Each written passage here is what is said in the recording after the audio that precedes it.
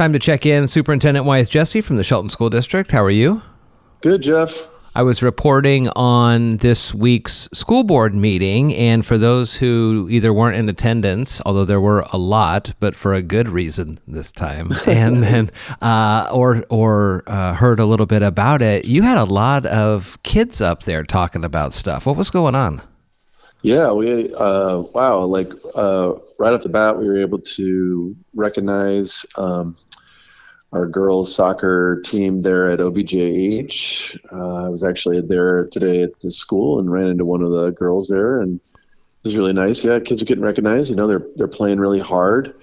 So we just want to highlight our athletics and activities that we got going on here in the district. And then we had both Bordeaux Elementary and Choice 712 and Cedar High School all presented their school improvement plans, and then students demonstrated some of the skills they got from working on things that were focused on improving each of the schools. Yeah, seems like in the meeting it says both Cedar and Choice 90% of the ninth graders are on track, so that's a really good starting point for them.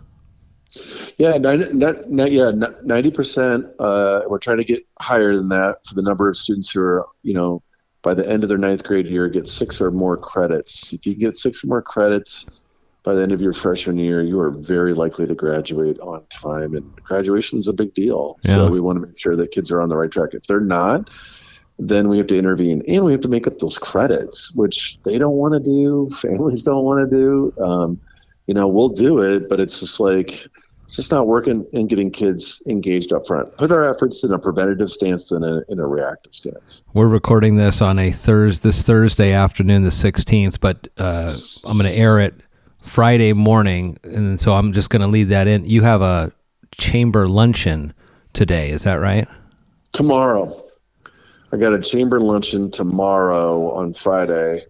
So I'll be presenting some of the same stuff that I put out there around student performance and what our programs are doing for kids, including career technical education at the secondary level, and some of our struggles with attendance.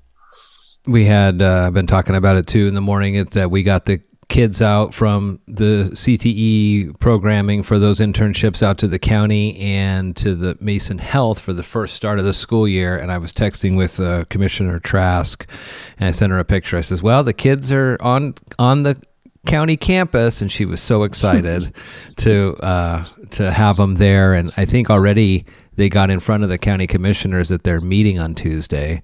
So pretty cool stuff. Yeah, well, we're producing outspoken kids. I think people are going to be surprised about how much our kids now have some really good critical thinking abilities. I've heard when I got here, I heard from a lot of business leaders, like, I can't get them to show up. I can't get them to engage with me or answer a basic question or complete an application even. And we've been working hard here, and building those foundational skills, Jeff. You can see it when you're with these kids in these internships that they're different. They present differently, and they're now pretty well read and able to write, and keep working on those social skills. Yeah, so that they can interact, because that's what a lot of, again, our employers are looking for. Like, can you respond? Are you ready to do customer service? And we understand that. And that's part of our job here in the Shelton School District, is to fulfill the need of our local businesses. You mentioned some junior high sports. I remember when those programs came on board and how exciting it was to be able to kind of start building that pipeline to the high climbers once they get to the high school and have a little bit of more skill there. Those classes, the CTE classes, all kind of considered electives. And again, that falls under that umbrella of what some folks in a few months are going to have to start thinking about when it comes to the levy. Yeah, well, I just want to put another plug in here. The junior high football team, I believe, is 8-1 or undefeated. I cannot quite remember. Wow. I'm crisscrossing it with maybe the other soccer team or the volleyball team. So many things coming across my desk, but the football team I do know is playing for the championship in their league. And so like you said, these are the farmer squads, that they're out there, they're working on it, they're working on their skills, and then eventually they go up and those kids get tapped on the shoulder even at a early age, their freshman or sophomore year, to even play varsity sports. And so, whether that again is, wrestling, or if that's volleyball or football, baseball, softball, whatever it is, that's really good to get kids started early, so that we can have some strong athletics, and the kids can have really positive memories of athletics and activities. But the levy pays for that. Levy does pay for athletics and activities. I know some people think that just comes out of our general fund. It does not. The state does not allow that. When I was talking with your counterpart at North Mason earlier today, we were talking a little bit about this, and again, trying to just explain it in the sense that your business model, if you will, is not one where you can charge more per student per widget to the parents. Like if the costs for them, they had some pretty high increases when it came to insurance costs, right? And a lot of businesses pass that on to the consumer. That doesn't happen in a school district. That's, you are allotted monies by the state, and like we've talked about, they don't quite match what the output is for the payments on these things, and that's where that kind of makeup is, right? Yeah, exactly. And, I go around and I talk to staff. They're even surprised about some of these things. They're like, oh, I thought that was paid for, that we just paid for that as a district. Oh, no, that's not part of basic ed and the calculation and the rules. I get it. But for so many kids and including it, I don't know about you, Jeff, but for me, I'm like, man, if I didn't have athletics in high school, I don't know. I don't know where I'd be. It was something that I seriously look forward to, as part of my academic experience. And, when you start thinking about districts like Yelm or even North Mason, when you don't pass a levy, those costs get put onto parents if they want to have their kid participate. And there's no transportation. Right. That's the kicker, where I think, again, staff drop their jaws when I'm like, oh, yeah. And it's $1,300 to participate for a varsity sport, and you got to find transportation. And that's not a good thing. That's the thing why we have public education, is so that across the board kids can have a similar experience, as opposed to the have and have nots. And we don't want that for kids. There's a kind of a PDF going around with numbers that you guys have put out. Can you explain what this discipline number from 865 to 201 means? Yeah, sure. So as part of every school district here in the state, you got to report your, what they call state reportables. It's not a tricky name, around exclusions. And those exclusions include out of school and in-school suspensions and expulsions. And so those incidences get recorded, and we report those to the state. And then they, that number you're talking about, when we're looking at, suspension data starting at 865 in the 21-22 school year, that's how many suspensions that there were. Not kids, suspensions. And then now this last year, we're down to 201. So this 24-25 school year. That's a 77% drop. Super proud of that. That's really good for us, because when kids are out of school, one, they can get in more trouble.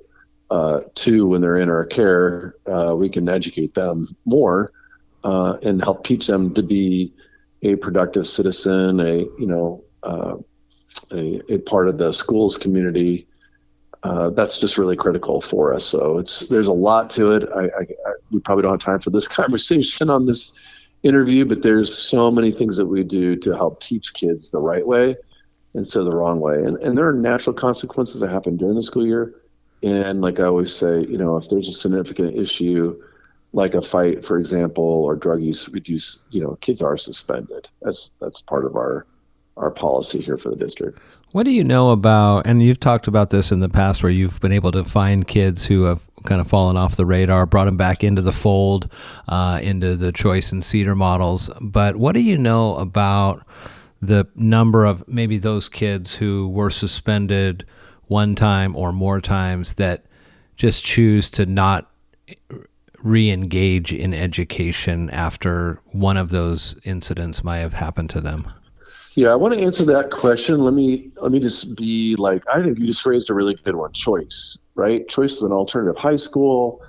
It carries a reputation in this community. It's kind of like where kids fail out, to choice, and that is not the case anymore. Huh. I was just there this morning. There's so much learning going on there. All those kids are actively engaged, and that's part of our job. Like when we offer a really good educational program, kids want to come. When we wrap our arms around them and say, "Hey, we're going to help you get across the line. What do you need? You need some food. What is it that you're struggling with?"